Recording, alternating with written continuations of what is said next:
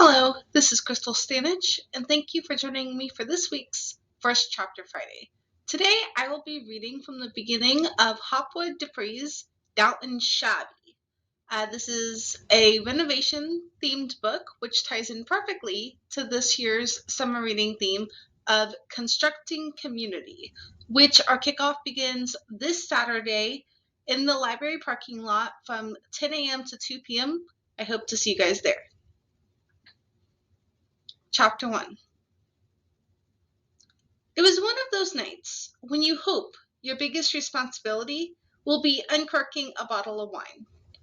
Little did I know that an internet search was about to change my life, upending my entire understanding of my purpose on this planet, my place in the bigger continuum of history, and what a home improvement project can really mean. It was spring 2013, and I was at home in Los Angeles in the Hollywood Hills. There was only one helicopter circling overhead, so it was quieter than usual.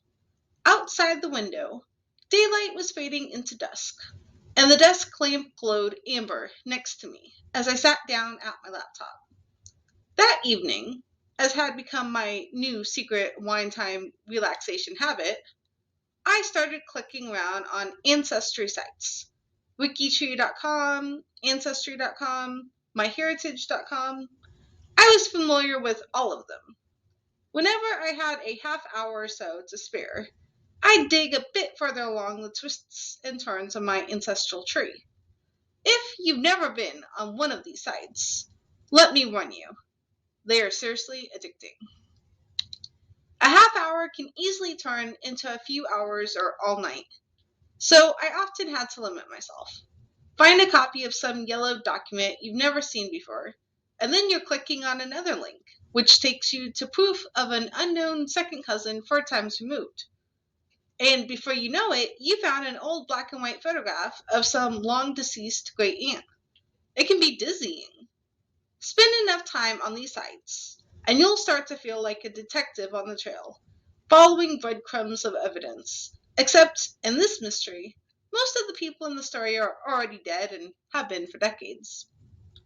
Until recently, it was true that I'd always been the kind of person who focused on the future. I didn't spend much time looking behind me. But lately, that had changed. I was becoming more and more curious about the past. How had I gotten sucked into genealogy searches? I know it wasn't thanks to the shows on TV featuring celebrities tracing their family history, because I didn't watch those. And it wasn't that I hoped to find some lost relative or uncover a family secret.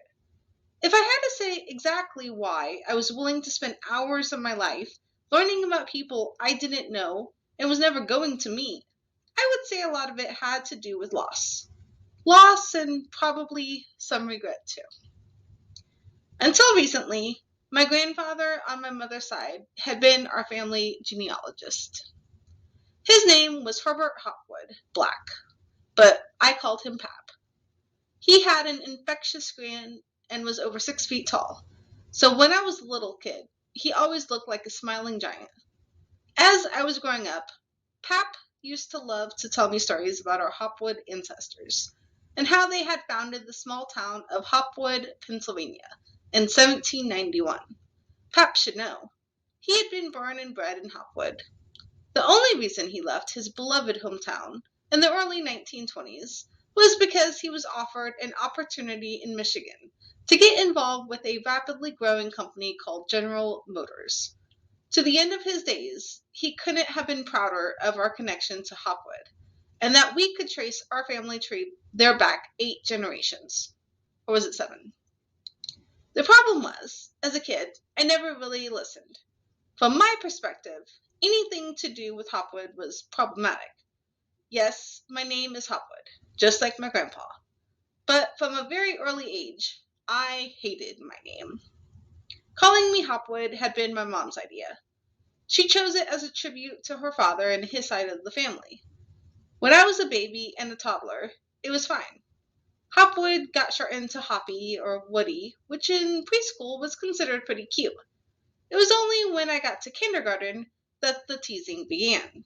The other kids thought Hopwood was hilarious. They said I should have been called John or Steve.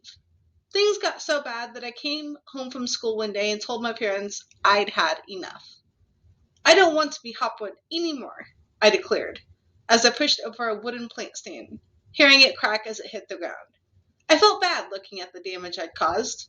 The fern tipped over with dirt spilling out of its side. My dad, always a loving pragmatist, had seen this outburst coming.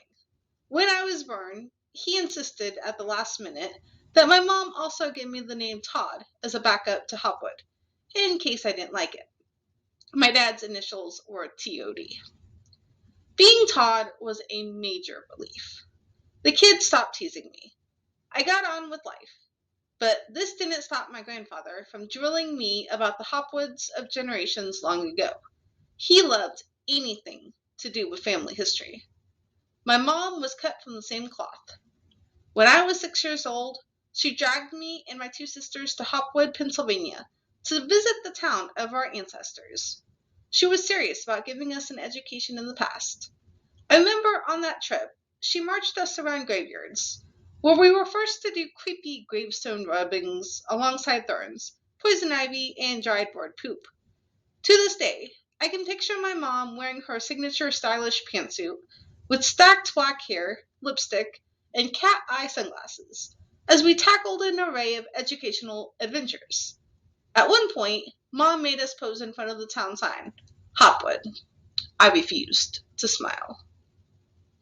And if you would like to know what happens next, you can check this out on the Libby app.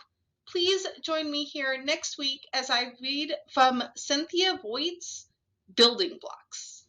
Thank you and have a great week.